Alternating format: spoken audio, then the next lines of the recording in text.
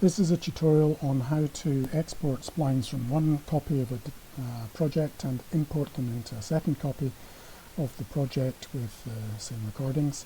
It's useful if several researchers are sharing a database and working at different rates. So we'll go and select the project that we want to export from, and it's this client P5. And just have a quick look at P5. We want to export this green spline here. If I go into Edit Splines and scroll through, you can see there are lots of splines, and it's this one called Manual Hide that we want to export. So we go ahead and go up to File and Export and Files. And we want to export splines, so make sure that's checked. We don't really want to export anything else, so all of these other boxes should be unchecked. Now in splines, we've got options. We can export all of the splines, or only ones relating to video, only ones relating to ultrasonic data. In this case, we're just going to export splines with a matching name. Now it doesn't matter about upper or lower case, but spaces and hyphens, etc. do matter. We'll select this name here. If for any reason the name of the spline you're looking for isn't in this list, you can click on Edit Spline Names and add a new name to the list, and it will appear at the bottom of the list. There we go. So I'll reselect Manual Hide, go back into the Files tab.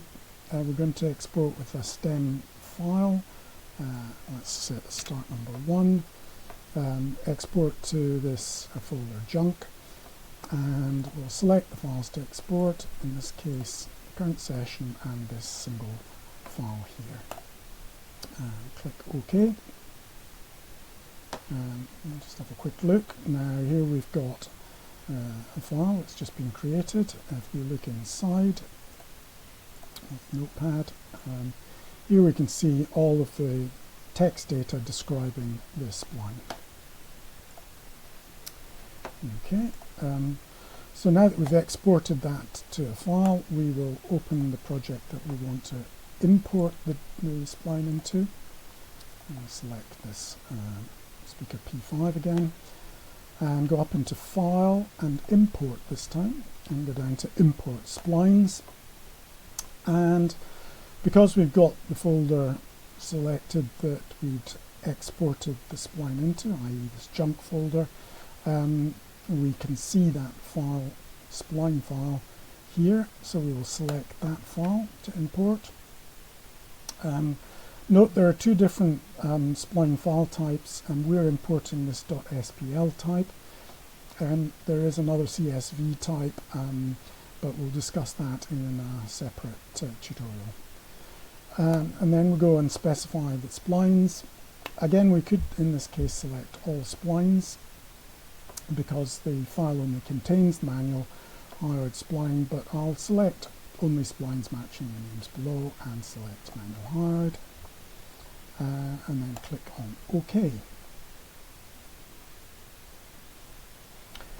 Now it's recognized that this recording already has a spline called manual hired, and we've got various options, including overwriting, or adding this as a second, an additional spline with the same name, or just not adding the spline to this recording. If you've got lots and lots of recordings that you're going to import splines into, you might want to select overwrite for all recordings so you don't keep getting this message. Here we can just select overwrite for this recording because there is only one recording, and click OK.